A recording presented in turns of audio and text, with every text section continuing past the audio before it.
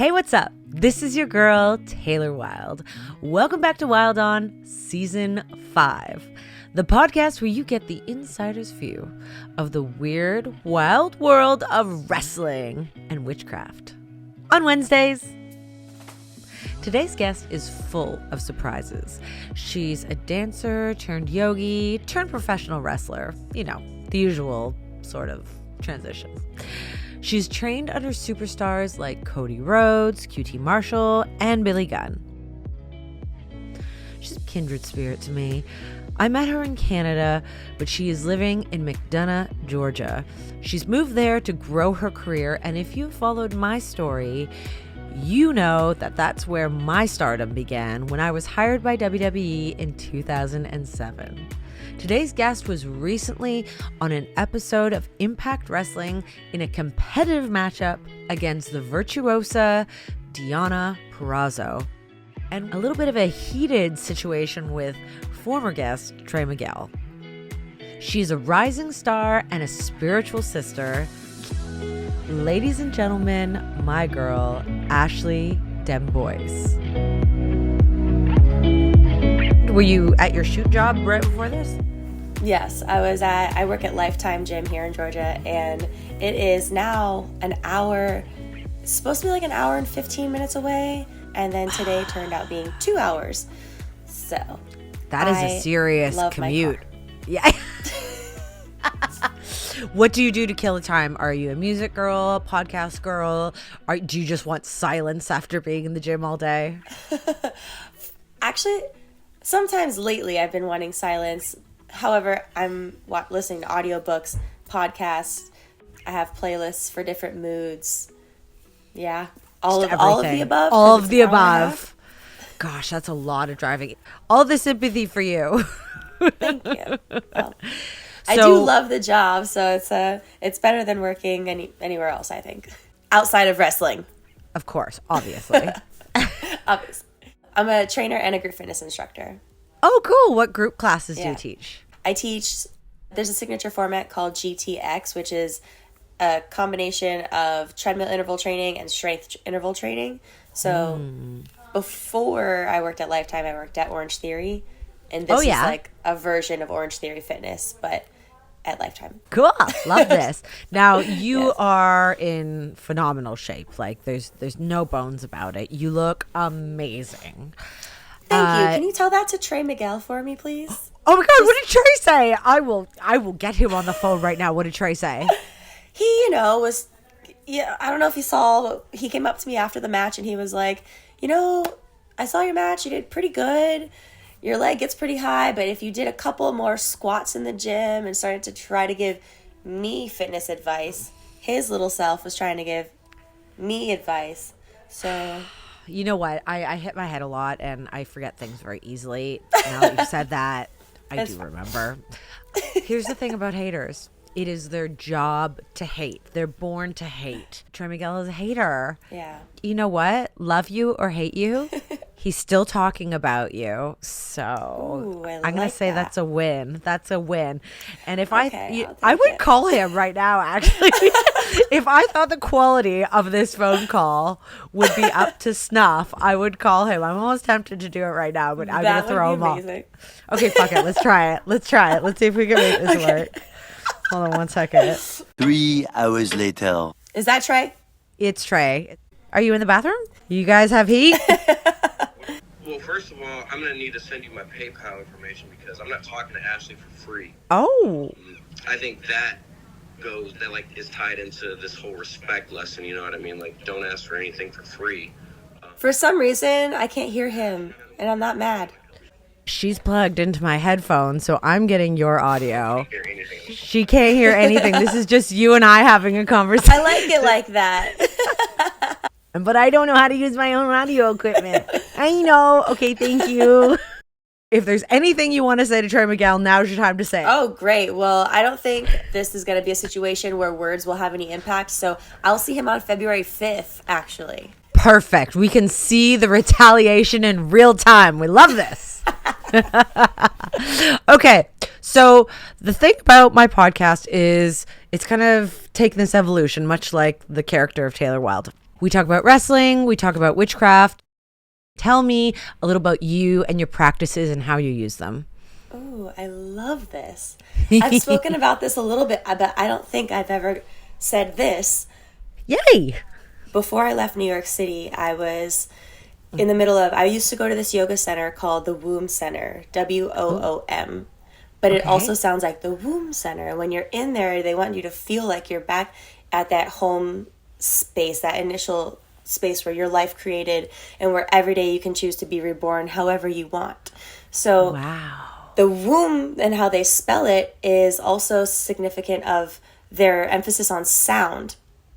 Sound for meditation, sound for bringing yourself to realization, sound for bringing yourself into different states of being, sound and breath, bringing yourself into different states of consciousness. So without any manipulation from external substances like psychedelics, you can reach a psychedelic state through your breath work and through syncing up with the sound vibration, right?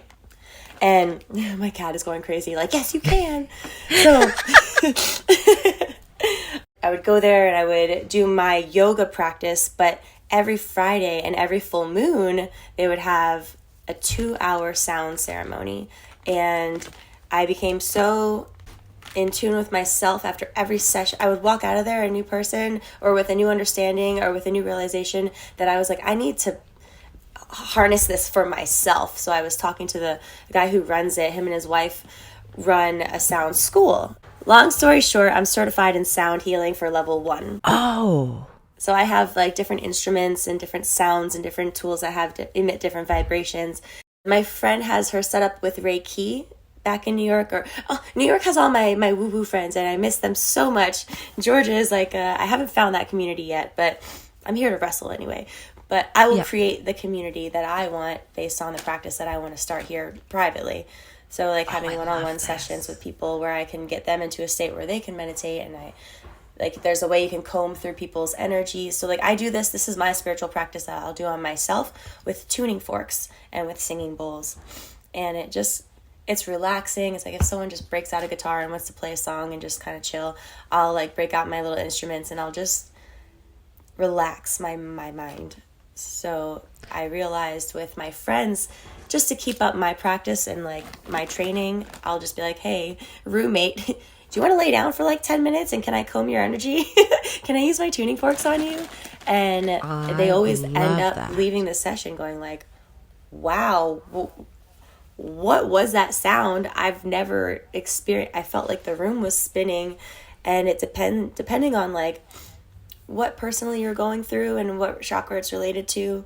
When I comb through your body laying flat, like in a shavasana or something, when I hold the tuning forks over you after I like attune you and kind of get you into a different like calm state, parasympathetic state, I can actually feel it when I'm going over your body. Like if your chakra is blocked or overactive, it'll actually push my forks up. And wow. So I'll comb people. I won't touch them at all, but I'm hovering like an inch off their body. And it's wild. All I do is if you just do that after like 5 or 6 passes, it smooths out and it's not there anymore. And then I take an Om tuning fork and I'll like pinpoint. The point of the tuning fork will touch the skin in that spot or in that sounding board, and it'll just kind of open up, or the sound will enter your body and it'll emit. And then it's just kind of this, I don't know how to further explain it without sounding crazy, but girl, you're talking to someone who identifies as a witch, so you get it. I mean, this is not a place of sounding crazy. Great. I don't feel alone. No, you're in a safe space here. And I think everyone who tunes in to listen is really, really curious about this world, because here's the thing. You can find information about female professional wrestlers all over the internet. It's quite saturated. Yeah. But we want to hear what breaks you down as a person, and your spiritual practices are a part of who makes you you, and you know how you have the mental and physical capacity to do what you do. So this is a crazy only zone. So I would call stagnant energy a blocked area. Because stagnant is no movement, blocked is completely closed off. So it doesn't have to be completely closed off to be stagnant. but those same lumps can be an overactive area. Like the last person I did had an overactive heart chakra, and it literally it took 4 passes for this thing to calm down and kind of like rebalance. Because if it's just open, you're spilling out energy and you're constantly drained, anxiety, depression, kind of a result from that. And it's a practice. You have to continuously do this, but the effects that you feel after are immediate. So when I found that, and when I got to a point where it wasn't so magnetizing to my forks, like my vibration to her vibration, then I took my own one, which I want to go get them and show you. Can I do that? Please. Okay. Absolutely. I would love that. Second. Go. So, but for whoever hasn't seen a singing bowl, this is my singing bowl for personal power, yellow, the solar plexus chakra. So I used to be a yoga teacher before I started wrestling. I went from dancing to yoga to bodybuilding to wrestling. So that's the arc of my lives that I've lived. But these are the forks. It's in C and G. And when you ting them together lightly, it emits this like emanating sound that gets bigger than what you would think it would to fill up a room. And I'll go for the headache from here. You start off in, and then you bring it around like a halo over your head, and then you cross it over. And I'll do that a couple of times until like maybe 30 seconds after I can't hear it anymore, because the person who's next to it will hear it. And then, this is the combing. And then I love that you self-heal as well as heal others. Anything I study, why not? Or anything I'm good at is because I needed it for myself. Oh my God, isn't that the truth? That's spirituality in a nutshell, isn't it? Yes, because then you're like, oh my God, holy shit, this is what it feels like to be healed in this way. I have to tell everyone. Or the universe just brings them to you, and you're like, damn it, I know exactly what you're going through. Come here, lay down, let me get you. That's exactly what my journey with tarot was. It was about me being obsessed with divination and witchcraft, and I've always gone to psychics. I've always gone to tarot readers. And I just was like, you know what? I love this so much. I want to learn more. And I just started pulling my own cards every day. And then eventually, like you said, the universe brings your people to you. It puts you exactly where you're supposed to be. And then my friends started asking me for readings.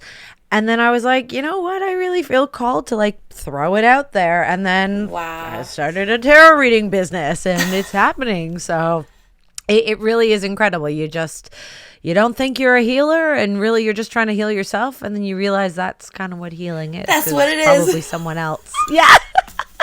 That is so amazing.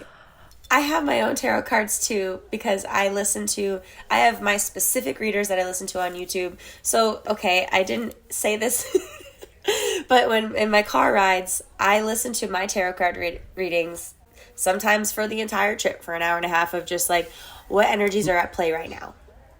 And it's not like it's telling my future. Who are your go-tos? Quietest Revolution, girl. Minnow Pond. Do you listen to Quietest Revolution? Nope. That's why I want to know. Give me more info. I love it. I will send you her links. She reads my everything. Like I'll listen to my rising, and I'll listen to my sun. And my rising and my moon are the same, so I feel like I get a little extra from the readings, and I'm just like... Oh, so you're a Libra double Cancer. Yes. Whoa. Yeah. How did you know that? Because I looked up your birthday, and that's why I asked you where you were born. Yes. And then I just, like, in those 2 seconds, I was like... I'm obsessed with you. I have an album in my phone of all my friends' birth charts, because they'll tell me things that they don't understand. I'm like, hold on, let me read you. Because it's still taboo kind of to talk about. Not to your people. Right. But I don't care if people think I'm crazy, because if you think I'm crazy, you're not for me anyways. Yes. I love that so much. Oh my goodness. Thank you for creating a space like this and a platform like this where you can come out. Because I love people to know this about me, but it's just like in the back of my mind is like my background programming that I know that I have at all times. But when I'm turned on in front of people, it's like, oh, that's my background. That's my foundation that keeps me alive and running. I always think your sun sign is how you present in business. Not in business. It's how you appear to the masses. That's what I think. And then obviously your moon is your intimate relationships. And that's, I feel like in wrestling, we're all such a dysfunctional family. Yes. You are more your moon sign. And I love that you're a double rising moon sign because I'm a double rising moon sign, but I'm an Aquarius. I'm a Leo moon and a Leo rising. Ooh, fire. Okay, Aaron, fire. Blow it up. Let's go. Does this make sense now? Yes. I love that. Like, I thought it was like the most refreshing thing to even just learn my moon. I was like, oh my God, because you're so much more your moon and rising, I think, sometimes than your sun. Your sun is just such a small piece of the puzzle. Yes. But double Cancer, girl, do you ever stop crying? What do you mean? I'm just kidding. You know what's funny about that? And I really wanted to talk about my double moon, about my moon and rising double Cancer, because Good. I don't think anyone in Women's Wrestling Army, Maria Kanellis' company, I don't think anyone in there knows that I'm a double Cancer, but they were doing a joke for superlatives, and they were like taking a poll, like, who's, out of everyone here on the roster, who's most likely to cry? And they all said Ashley. I'm like, I feel like someone looked up my chart because what? I'm never crying. I've never cried in a locker. It's like, I feel I have cried in the locker rooms, but not like in a long time. completely accurate. And like understood a little bit. Like, you guys know me, but like, what? Why would you say that? And then you start crying. Now, are you a single lady or are you a taken lady? I'm a single lady. Fabulous. That's the answer I wanted. Same single. Oh, yeah. I'm married to wrestling, so I don't have time. Girl. But, you know. I'm twice divorced. I'm a single mom. And I'm literally at the point where I'm like, you know, I just think I want a farmhouse with chickens. Like, I want goats. Yeah. I just want to read my books. I want to look out my window. I want to see nature. I want to have the ability to dance under the moon naked. I don't want anyone to bug me unless they're there. Like, I just want a cottage core, which heaven, like, this is just like the beginning of it. I want dried everything hanging from the ceiling. You know what I mean? Like, yes. Anyways, back to my single You should question. move out here in Georgia where there's literally nothing around for an hour and a half. You know, Jimmy Jacobs is there, right? I did not know that. Okay, so Jimmy, who is a spiritual being like us, obviously, that's why he's his own little special guy. He's his own little snowflake. He just moved out there, which is interesting though, because he's done this to be in the middle of nowhere, to like have his solitude, have his belief systems, be off the grid, but he's lonely. You know, he's like, I still need my community. Yeah, he's like, well, I need my community of people. And I think that's the biggest thing. Yes. Like, it's good to be off grid. It's like, I'm totally down more and more every day with the idea of having like a homestead, like growing my own vegetables and herbs. But I don't, Oh my God, yes. I want to still be able to see my people when, you know, so it's hard. But yeah, I have been looking at the cost of living in the South, and it makes so much more sense. Where are you at now? Toronto, Canada, as far from the South. I'm in You're Toronto. still in Oh, I always thought you come back moved to this here. place. I know. I always come home. Okay. So I'm thinking, if anything, I'll move north, but we'll see. I don't know. We'll see. Okay. Life. I will be wherever I'm supposed to be. I don't close any doors. Especially at this point in my life, I'm not being directed by my Type A brain anymore. Hell yeah. So where are you? Because I lived in McDonough, Georgia in 2007, because that's where developmental had moved me. That's where I'm at right now. You're in McDonough? It's literally. I couldn't have been any more shrill. I'm sorry, Rochelle. That's my producer and editor. I got so excited. And I'm only out here because of wrestling, so I feel like you can relate. Like, God, how worlds collide. Bizarre. seriously. This is where Cody and QT opened up the new Nightmare Factory. Oh my God, you Yeah. should totally be starting your own spiritual business out there with your tuning forks and your like you need to build the community. If it doesn't exist, you need to start it.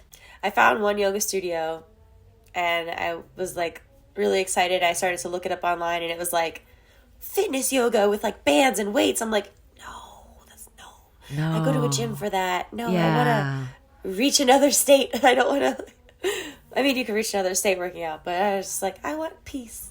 No, you know what you need to do is you need to find like a witchcraft store, and those are going to be your people, because it's not always witches that are attracted to those stores. It's it's the crystals and or a crystal shop. I'm frequently in those stores. But I have not seen one. Really? I Probably need not. to Google it. Probably not in McDonough, but there's tons in Atlanta, because when we were just in Atlanta, full transparency, whenever I go to a new city, I look up immediately like what psychics are there, what spiritual stores are there, if there's any conventions going on, because like wherever I am, I want to be in it. Like I just got up and went to Salem. I drove there with one of my best witch friends. And it was amazing. One of the greatest experiences. But I know for sure there's a bunch of stores in Atlanta. And the more you're talking about it, the more like I'm getting like the spiritual chills. Like I feel like that's a part of your journey of being there is wrestling.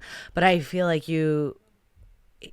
I feel like you need to be teaching, because that community, what you're offering is not offered. Right.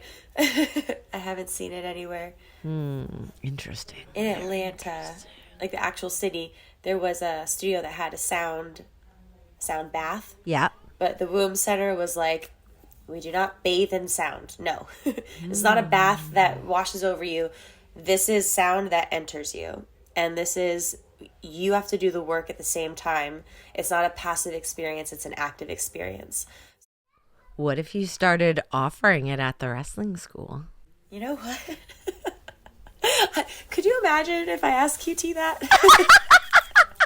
I did ask. So when they were first opening it up, they were figuring out the gym, because the gym is connected to the training facility. Yep. And there's a back room for power lifters that's like sectioned off. And then there's a smoothie shop that's connected to it, sectioned off. And I was like, is there any way in any of that space I can teach either group fitness classes or teach yoga? And Carolyn, QT's wife, was interested in the yoga. Like I was talking to her mostly about yoga.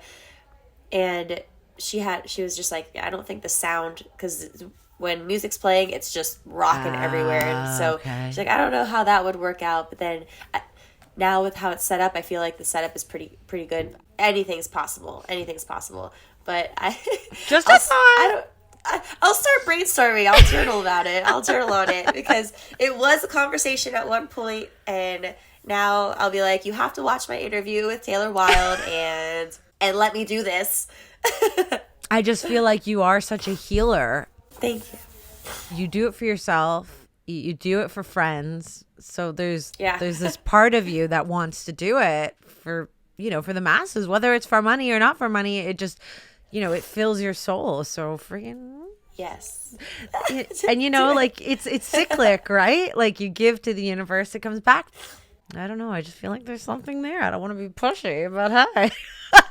Maybe it's the push that I need. There's no one around here that speaks this language to me, so I really appreciate this conversation on a different level. Of course. When I first started wrestling, I started training with Team Adams, with Damian Adams in Wharton, New Jersey, where Deonna started. Got it. And it was over the pandemic, so there was like me and Tina San Antonio, and then like Damian just kind of asked me, what do you do? And was like asking me more questions about like fitness and yoga, and how do I like, what are your recovery practices? Because my biggest thing was, first of all, before I started wrestling and someone took me to a show, I was watching it, and my friend who got me into it, he was like, isn't this awesome? Like, don't you just want to do this all the time? Like, it's just so addicting. I'm like, no, I build and repair bodies. I don't break them.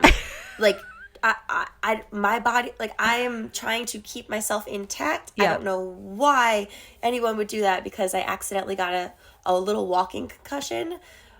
on the side of the ring. The guy was standing on the side of the ring. I was like his valet, and his ass hit my head, and my head hit a pillar from behind. And I just like did one of those for like a second, ding, ding, ding, ding. And I literally was like seeing stars for a second. My God. And I was not even in the ring. And that was like in 2015 or 16. And then after that, I was like, no. And I just dropped the idea because I was doing it to appease him because he thought I would be such a great wrestler. And I'm like, no, you're crazy. And then fast forward, now I'm like, okay, I have to wrestle. Like I got the bug, man. And I was like, okay, my first question to every wrestler that I talk to in this ring is going to be, how do you recover? How do you recover? How do you repair? How do you, like, what's your recovery routine or post training routine? And everyone was like, what are you talking about? Like, my recovery routine. I just go to sleep if I can sleep. And I'm like, oh, okay, well, and then I feel like Damien picked up on that a little bit, and he was like, can you teach yoga before training? So I would warm us up. Perfect. Every Sunday, and then sometimes during our weekday classes, but on our weekend classes, it was a little bit smaller group. We would all be in the ring in a circle, and I would lead us through a practice, and then we would end in Shavasana with breath work, and then we would all be like fucking ready to go, just like calm, focused, and energized. And that's all I want. That's all I ever want. I love that. Like, honestly, starting your day with yoga, because I really struggle with meditation. I'm getting there, but yoga is the closest thing for me to meditate. And even just doing like a 20-minute flow in the morning, that's more like yin yoga. Oh my God, it's like a high. Like I'm a sober being now, so that's the closest thing I get to a buzz, and it's all I need, really. It's pretty incredible. Now, for those who don't understand breath work entirely, do you want to explain a little bit what that is? Yes, actually, good point. Okay, so breath work in yoga, it's called pranayama, and it is how you manipulate the way you breathe with tempo, with amounts of air that you let into your body, and it triggers different sympathetic or parasympathetic nervous system reactions. So there's different breathing you can do to calm yourself down to sleep. There's different breathing you can do to energize yourself. Nadi Shodhana to help switch which nostrils you breathe in and out of to fix migraines if you're having a headache starting to come on, which you can do if you don't have tuning forks. Just look up breath work exercises for headaches. I would first start us with box breathing mostly because you can pick up from any state you're in. If you're in high anxiety, like people who get the training, some of them are sluggish. Some of us are like, all right, I'm like anxiety, like, because this just happened on the way here. I got hit on the train or whatever. I don't know. Yep. Not hit on the train. Sorry. Weirdos on the train in New York coming into Jersey. Yeah. And so we would start with box breathing to kind of meet at one level. And then I would calm us down where you extend the amount of exhales you do. So it'll be like you'd breathe in for 4 counts. You'd hold it for 4 counts. You'd exhale for 8. Hold it for 4 counts. And then inhale 4, 4, exhale for 8, 4, 4. But it would start off 4, 4, 4, 4, and then I would extend the exhale so that you slowly become more centered. And your nervous system physiologically shifts into a parasympathetic state so you can absorb. Then, at the end, when everyone's all chill and their muscles are ready to go, I'll switch it into like a Kapalabhati breathing, which is quick-paced, short breathing where you're not focusing on inhaling whatsoever. It's short exhales. I'm doing it through my mouth because my nose is a little clogged up. But you seal your lips and you just exhale through your nose, and you're pumping your stomach in with every exhale, and it becomes this pumping breath that it invigorates your brain, and your heart rate starts to come up, and then it's like, all right, let's go. And then we start our rolls and our drills, and my cat's gonna jump on here. Sorry. Okay.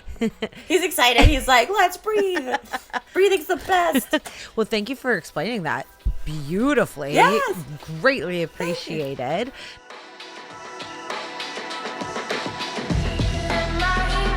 My dear wild ones, my witchcraft allies, my supporters, my curious folk, Please, if you're enjoying the content that Wilde On brings you weekly, when we get Wilde On Wednesdays, please don't forget to hit subscribe, leave a comment, tell me how you feel, share a spell on the YouTube channel.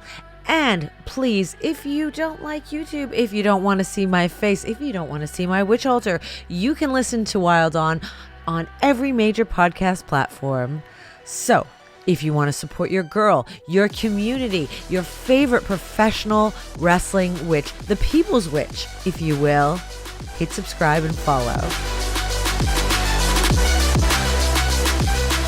Let's do my top 10 tailor-made questions.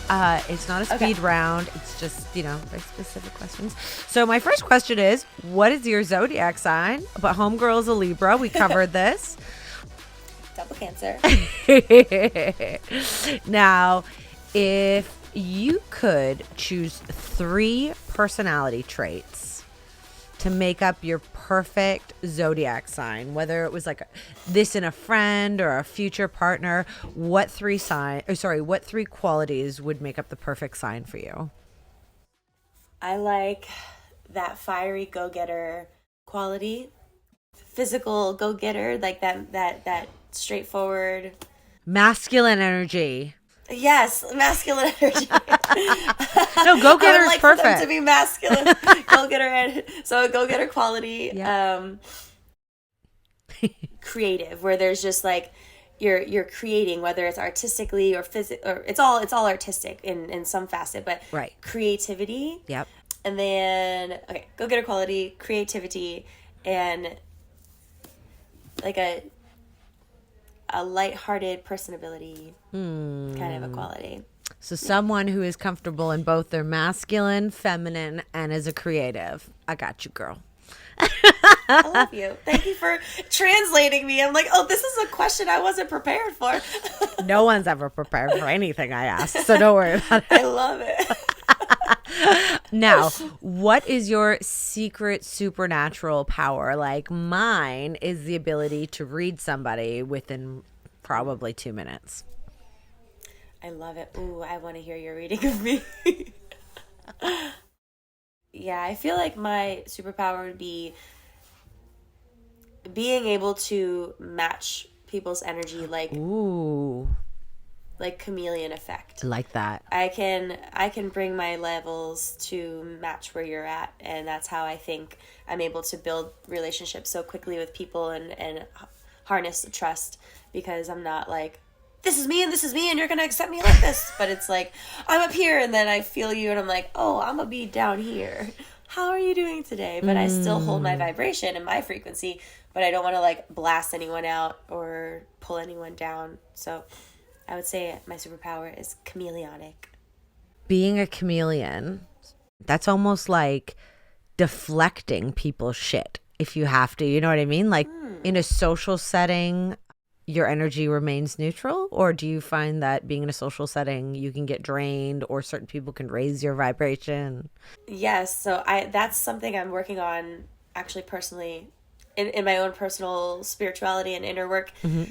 I can't self-sacrifice to the situations at hand. So I'll start to feel myself becoming that chameleon, and I have to hold back and be like, okay, but don't.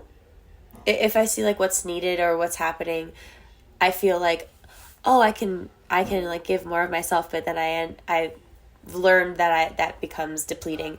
So I've established a lot of boundaries in the last year, coming into like this new world of wrestling. Good girl. Boundaries. We love boundaries. Big word for me this year. All of us, girl. There's an app called My Human Design, and that's the app that when it started to just downloaded it. I just downloaded it. Yeah. I'm learning. Chrissy told me to download it. And it actually called me the 1% to 3% of the population, I forget what it said, are actual chameleons. It's like very rare to have that quality, because it's made me struggle growing up finding my own identity, because I so quickly could match who I was with. Totally. When I was around. Sure. I have no idea why I'm single. No. Okay. Moving right along. Either. I'm just kidding. Starts crying. If you can't laugh at yourself, Oh, it's so true. Are you really living? So true. Okay. Do you believe in ghosts? Oh, yes. Obviously. I grew up with them. I scared the shit out of my mom when I was little. Were you talking to them or you just told her? I was standing in front of my French sliding glass door windows down in South Florida. I was talking to them standing outside of the window and they wanted to come in. There was a father and a daughter. And my mom heard me every night I would have these dreams. I would have a lot of premonition dreams when I was younger. Like, I had a dream once that there's a baby in a dumpster. And I was like, I had a dream there was a baby in a dumpster. And I told my Nana, and we were watching the news. Not only 5 seconds later on the news, they're like, breaking news, child found in dumpster. And I was like, holy shit. But that's what led to my mom finding me, because I would always go to her room at night because I would have these dreams that just kind of woke me up and I couldn't go back to sleep. And she was expecting me, like she heard my pitter-patter to her door, but then I stopped. Wow. And then I started to talk. And she was like, maybe Sarah's awake, my little sister. So like the first couple nights, she left me out there. Then I just turned back around and went to my room. And I wasn't like afraid. The dream didn't bother me anymore. I was talking to the little girl. And then one day she opened up the door and was like, okay, honey, what are you talking to? And like I explained, can he come in? She was like, no. I don't remember what she said to make me feel better, but we didn't open the door. Oh my God. And then they went away. So whatever she did, I didn't see them anymore after that. Do you sage every day? Yes, I sage often. Because if you're that sensitive, your space better be clear, girl. I've moved so many times this year. I have gone through so much sage. I bet. Oh my God, I bet. Yeah. Okay. Uh-oh. So now we've scared everybody for the last 45 minutes. Let's talk about Watch out when you're in the locker room. Let me give you my one wrestling question. Okay.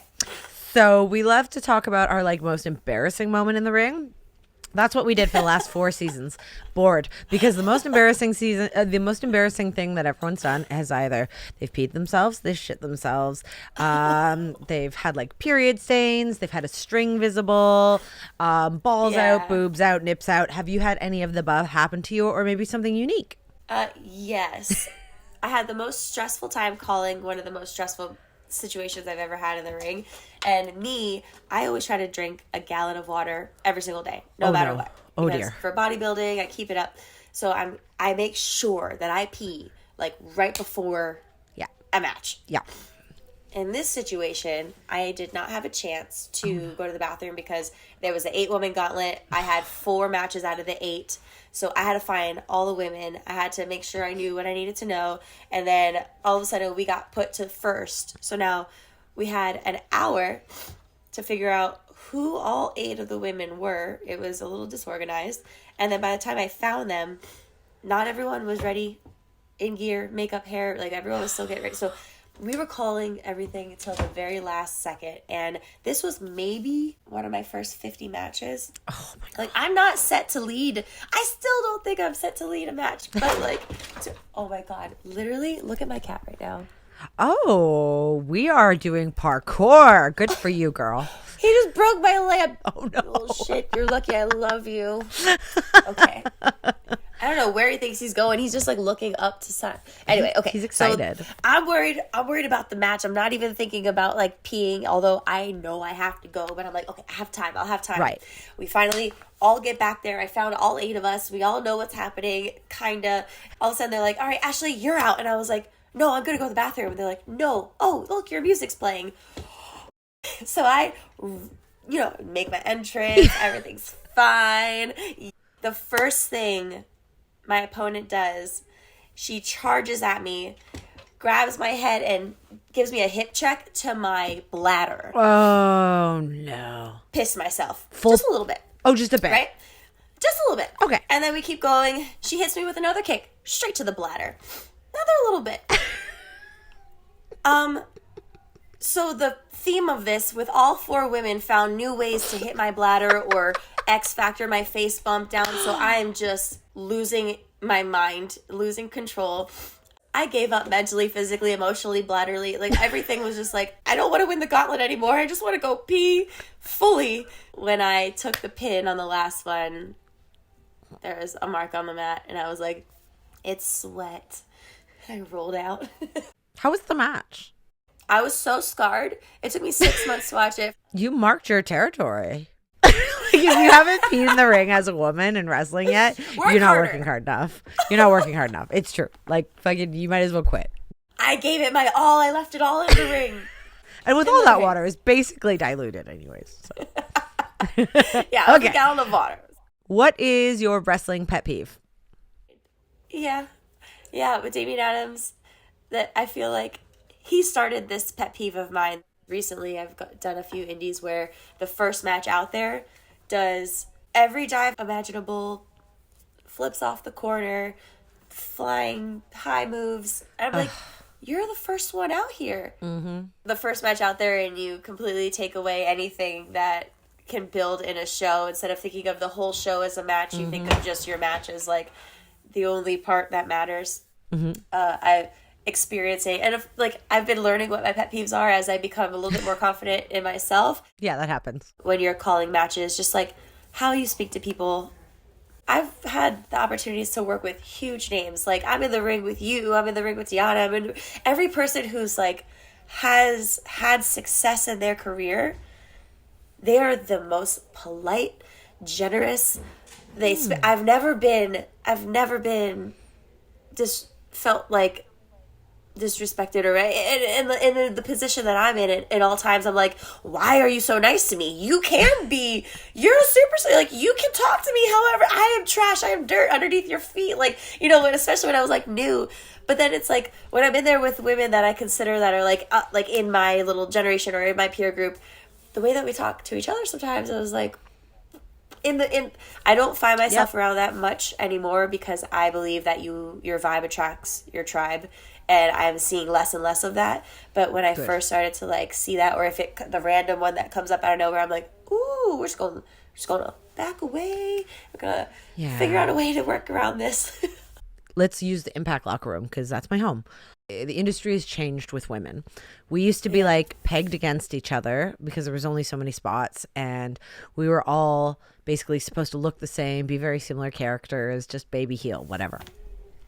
Now we're at this point where we're like, we're making this our family. There's, we're already the smaller percentage. We're already the visible minority. So let's work together and build each other up. And we want to pass that along to the generations coming underneath us. And it's going to take time. But I always think when someone is treating you like that, like kind of the way you described, because we should all be treating each other like gold. We put each other's bodies in the other's hands, and we put each other's livelihood basically. And if someone's not treating you well, that says so much more about them, and it says nothing about you. It's not like they're they might be coming towards you, but that's that might be a time where it might be okay to be like, you okay? You want to talk about it? Yes. And actually a couple of times I've taken that person or specific people aside and be like, I don't know if that was the best situation. I don't know if you've handled that situation the best way you could, because sometimes it's in a tag team situation and they're on my team. Right. And they're talking to other people. I'm like, that's not how I would have handled that situation. And I don't want you to reflect me because I don't agree with how you handled that. Right. So this is how I feel like you should have said your piece if you didn't agree with what they were trying to do. Good for you. We're all connected and our but those people, they have a way of weeding themselves right out because they're fucking themselves up by doing that behavior. Because once you get to TV level, it's a family. None of that. Yeah. We don't want any problem children. We will put you straight in a corner. And I will get my broom out. Yes. It's so similar to dance. Like when you are auditioning and you have the company producers, choreographers, people that you're going to work with, people you want to hire you, just like in a wrestling company, they're watching you perform. But then also, especially when I was trying to work with the Brooklynettes, they did seminars and they were like, we're watching you, like, when you dance, but we want to see how you are on the sidelines. Are you being rude to people who maybe, if we like you and we feel like you're a good fit, you're joining our family, and you're going to see us more than you're going to see your family. And we have to be in the same tour bus together, and we have to be in the same locker room together. We have to do everything together. If we don't like you, and if you are trying to make yourself look better than the next person and be catty and do things that are with integrity with what our values are, we don't want you in our family. Treat your opponents, even though you're competing for the same job, compete with integrity, and that's it. And the longer you've been in the industry, the more you're looking at the in-between stuff. How are they meshing and all? So that's very wise words. So all the up-and-comers, you heard it here. Okay, change gears. What is your favorite band or artist? Oh my God. That's probably the hardest question you could have asked. You want to ask me a calculus question instead? Or you know what I say? Like, what are you listening to right now? Like, okay, right now I'm binging on Burna Boy Radio, WizKid, a lot of like African modern music right now, and Trevor Hall. So Burna Boy and Trevor Hall. Love it. Yeah. Tell me a movie that changed your life. My favorite movie right now is Avatar, because it is fantastical and just otherworldly but creative, and also a giant metaphor for things deeper than what is in the storyline. I haven't seen the new one, so yeah, I'm working on it. But that is still holds to be my favorite movie. And yeah, I know Superstar when I was little was like my movie on repeat, so that had to have affected my life in some way. Mary Catherine Gallagher, Superstar. Love it. Yes. Love it. Okay. Who is the most embarrassing crush you've ever had? I don't know Nick Carter. Arnold? No. Oh my God. I am not embarrassed to have a crush on Arnold Schwarzenegger. Are you kidding me? He's one of them. But definitely. Love it. Oh, no. Okay. Because if anyone saw my binders and Trapper Keepers and folders in high school, I would probably... Freddy Mercury. Love this. I printed out... Oh my God, I'm going to have to send you a picture. I learned how to do Photoshop on like the basic platform of Paint on my desktop computer at home.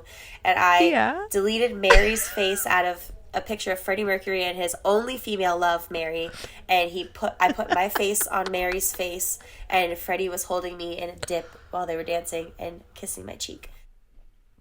Freddie Mercury. And my mom didn't get it. I was like, he is my dead gay husband in heaven, and he is waiting for me.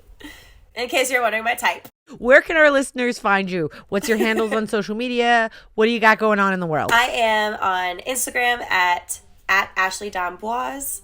And I hope you have it spelled out somewhere so they can look at the crazy spelling. Yes, okay, we cool. do. We've and got then you. Twitter's the same thing, but there's an underscore. So it's at Ashley_D'Amboise.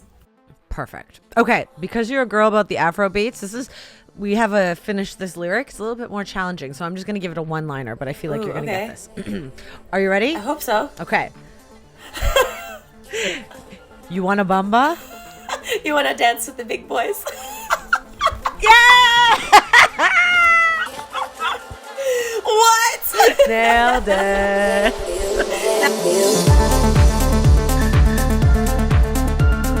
Wild ones, my witchcraft enthusiasts, my allies, my supporters. This is exactly the evolution of Wild On that I was hoping for. Not only am I giving you an exclusive insider's view into the world of professional wrestlers, but now I'm giving you this added layer of how these wrestlers stay grounded. And we're learning my big misfitted family are witches all across the board. So, if you like the content that Wild On is bringing you weekly, subscribe to the YouTube channel, listen to us on every major podcast platform, and drop me a comment, drop me a DM. Let me know what you think, how you feel, what you want to see, and what you want to hear. That wasn't supposed to rhyme, but I'm not mad at it. Manifestation at its best. I would not be able to do this podcast without my badass punk rock girl band, the Wilde on team. I have my right-hand woman, my queen, editor and producer, Rochelle Douris, and my marketing specialist, the woman who does all the things I do not understand, but I so desperately need, Madison Gulshani. Until next week, keep calm and wild on. Blessed be.